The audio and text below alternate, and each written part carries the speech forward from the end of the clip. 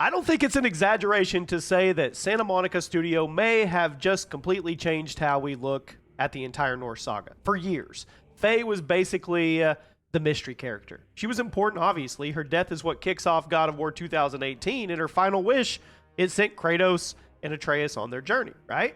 She's the reason they discover Atreus is Loki. But even with all that, Faye always felt like somebody operating in the background because she was. And now, well, she's going to be one of the most important characters in the entire franchise, and some people are happy about it, and other people are pissed off about it. Today, we're going to go over everything about God of War Laufey. Now, I know this is going to be an opinionated comment section, so I'm ready for it. I read every single comment on every single video. We're going to talk about the theories, the speculations, the leaks, the rumors, how this game's actually going to connect, and something that I think Santa Monica is actually hiding from everybody. Now, the reveal, it's not a prequel.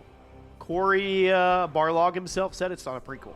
That's crazy. The story apparently begins right after Faye dies at the beginning of God of War 2018, which of course is shown in the footage, meaning her story is running parallel to everything happening in that game in Ragnarok. And when you start thinking about it, it really opens up some massive questions.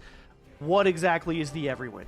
Why is Faye there? Why does she know what's happening to Kratos and Atreus? Could this entire thing actually be the bridge that takes Kratos to Egypt? Is it running parallel in the same timelines? We'll talk about that too, because the deeper I dove into it, the more I think I've got it. I really do. So let's start off with Faye herself.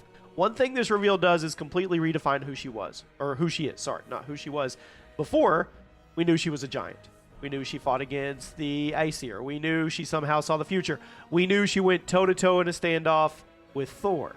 But now we're learning she wasn't just another giant. According to the new information, she was the guardian of Jotnir, the golden hand of Jotnir, the original owner of the axe. That's right. We knew that. She gave Kratos the axe. But I'm trying to build her up here because I don't think everybody realized how crazy powerful Faye is. I mean, somebody powerful enough to go toe-to-toe with Thor? Think about that. Thor technically killed Kratos for a couple seconds, then brought him back. I mean, he struggled. He did. The same Thor who literally shattered reality during Ragnarok. The same Thor who knocked Jormungandr backward through time. Faye fought that guy. She survived a standoff. So all those little references throughout God of War 2018 and Ragnarok, they kind of hit different now, because maybe Santa Monica wasn't building Kratos' story. Maybe they were quietly building Faye's. So the big mystery, or at least the biggest mystery we get from this, the Everwind. The place that sounds absolutely insane. Officially, it's described as a transcendent realm, the afterlife of the gods, the place where all magic returns. So if you're a god and you die, you go here.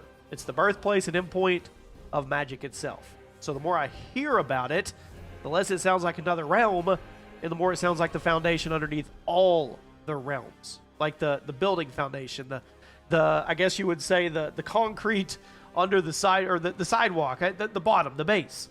Almost like a cosmic operating system of the God of War universe, which that makes it even weirder, right? I mean, it appears to exist outside normal time, because remember, Faye dies, she wakes up here. Yet somehow, she already understands that events unfolding around Kratos and Atreus, and they could be in danger. That doesn't work if time functions normally.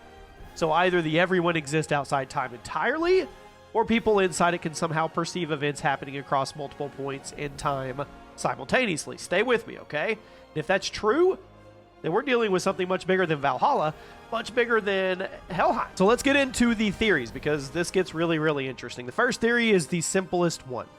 Faye belongs there. That's it. She's powerful enough, she's divine enough, she qualifies for the god's afterlife. Honestly, this one makes sense. The way Santa Monica is talking about her now feels very different from how they talked about her during 2018. Back then, she was a giant. Now, she's being described almost like a legendary divine figure. The problem is, that explains why she could be there, but it doesn't explain why she ended up there unexpectedly, which brings us to theory number 2. This is my favorite. The Everwind is broken. According to the developers, magic isn't flowing correctly. The realm isn't functioning the way it was designed. It's more like a prison than a paradise. So what if Faye wasn't supposed to arrive there at all? What if something happened when she died? What if the cosmic system malfunctioned and now she's trapped in a place where she was never meant to reach? To me, that feels like a pretty clean explanation. Of course, the mask, Odin's mask, We know that the Egyptian god of war lady, I don't remember her name at the moment, pulls a little piece out of her hand. Did the mask get there? We'll talk about that too. Here's where it gets even crazier. Faye apparently possesses soul magic. And in the Everwind, those abilities become amplified because the realm is saturated with ancient magic. So maybe Faye isn't just trapped there. Maybe she's uniquely connected to it. Maybe out of everybody who ended up in the Everwind, she's the one person capable of understanding it, the one capable of fixing it. If that's actually true, then her presence there is an accident. It's destiny. But who proclaimed the destiny? And then there's a theory that I guess you could say super fans are losing their minds about. The Odin theory. More specifically, the mask theory. So, Odin's mask. Remember the Green Rift? A spoiler. I probably should have gave a spoiler alert at the beginning of this. I'm truly, truly sorry. Remember how Ragnarok basically introduced one of the biggest mysteries in franchise history and they never fully explained it? What if this is where all that comes back? Because there are fans who think the Everwind may actually be connected to whatever Odin discovered beyond that rift. Others think it could be connected to Athena's higher plane of existence from the Greek saga. And honestly, I don't hate either idea. I really think Athena is definitely working in the background here. I definitely think she's going to make an appearance. I honestly think Zeus is going to make an appearance, but we'll wait and see. That's probably a video for another day. I mean, Santa Monica has been sitting on the mysteries for years. At some point, they were going to pay him off. The Everwind is the perfect place to do it. There is one more theory. I want to go over it before it gets overlooked. What if they planned it? Before you say it's impossible, remember who we're talking about. The woman who secretly guided the events of God of War 2018. The woman who led Kratos and Atreus to Jotunheim. The woman who destroyed the prophecy showing Kratos dying. The woman who rewrote fate. So are we really supposed to believe she didn't have another contingency plan? That she didn't prepare for something after death? Maybe she didn't know she'd wake up in the Everwind. Maybe she didn't know exactly what would happen. But I wouldn't be surprised at all if she knew more than anyone else, because it's basically Faye's role the entire time. She was always 3 steps ahead in those games. So that one could happen. And now I want to talk about the most outlandish one that there's no evidence for, but I kind of hope it's true. The Thor theory. Everybody remembers the moment Thor smacks Jormungandr so hard during Ragnarok that the world serpent gets sent backward through time. That happened. It's canon. Thor literally broke reality. So what if something similar happened to Faye years earlier? We know she fought Thor. We know their battle left behind frozen lightning. We know their confrontation is legendary. So what if the fight damaged more than the environment? What if it damaged Faye's connection to time and reality itself? What if the reason she can exist parallel to 2018 and Ragnarok is because she's already been displaced from the normal chronology? Again, I know, tinfoil, complete hat territory here, but this is God of War. Santa Monica loves planting seeds year before they ever pay off. Now, I said we talk about Egypt. We have to talk about Egypt. Everybody thinks Kratos is going to Egypt. And now that we have Egyptian gods and Mongolian gods already going to be in Laufey, definitely looks like it. The question is, are we going to get this intersection of Kratos, Atreus, and Faye? Will we get the ultimate reunion in Egypt? I don't know, but it would be a big payoff. So, it's not an accident the segment appears in this reveal. It's huge. We're not talking about an artifact. We're not talking about background lore. We're talking about the actual Egyptian deity showing up.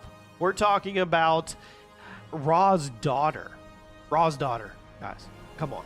Now, if the Everwind is truly a place where gods from different pantheons converge, which it is because it's confirmed, we see them converging, then Santa Monica solved one of the biggest problems they already had. How do you naturally move Kratos from Norse mythology to Egyptian mythology? How do you actually move from Greek mythology to Norse? Actually, I don't know. The answer, you don't. You create a place above both. You create a place connecting all the pantheons. A place where gods from every mythology already exist. That is what the Everwind feels like to me. It is the literal bridge. And honestly, when I step back and look at the bigger picture, I think that's what Laufey is. I don't think this is a side story at all. I don't think it's a filler game, which a lot of people said. I totally disagree with that. I don't think this is Santa Monica killing time before the next big game. This is a big game. This is a setup. This is the bridge. This is the connective tissue between the Norse saga and whatever's coming next. Because if Kratos eventually is heading to Egypt, which we all think he is, if Atreus is continuing his giant journey, I mean, if Santa Monica wants to expand the God of War universe into something bigger than a single mythology, you need cosmic framework. You need something to tie it all together, and that is exactly what the Everwind is. Now, the thing that really, really fascinates me the most is that Faye keeps becoming more important and we learn more about her. In 2018, she starts the journey. In Ragnarok, she breaks fate itself, and now it looks like she's going to be fighting for her family even after death. Not through memories, not through flashbacks. You guys have probably seen on social media where they're tying the moments together of when Thor kills Kratos, and then they see each other, and then he disappears, and then she comes back out of it. It's awesome. It really is. I mean, it's through an actual parallel story unfolding alongside everything we already played. And if they can stick this, we may end up looking back and realizing that Faye wasn't just one of the most important characters in the Norse saga. She was the most important. And for all the Kratos superfans, I'm not dogging on you. Kratos is God of War. We know that. We know that. But there's no reason why Faye can't be right there with him. I don't understand that. Oh, you can't have a female protagonist in God of War. She's literally an integral part of the story.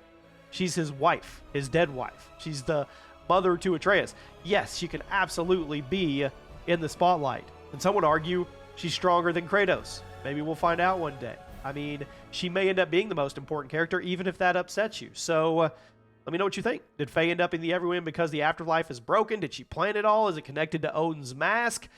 Or are we heading straight toward Egypt? What other gods are we going to see in the Everwind? We've got Mongolian gods. We've got Egyptian gods. What else are we going to see? We're going to see Chinese gods? Are we going to... I don't even know. There's so many options, so many pantheons, unexplored pantheons. You have your main ones, of course, but there are so many others. It's going to be really cool. And the design they did on the two we already saw was just crazy. Let me know what you think. I'll be back.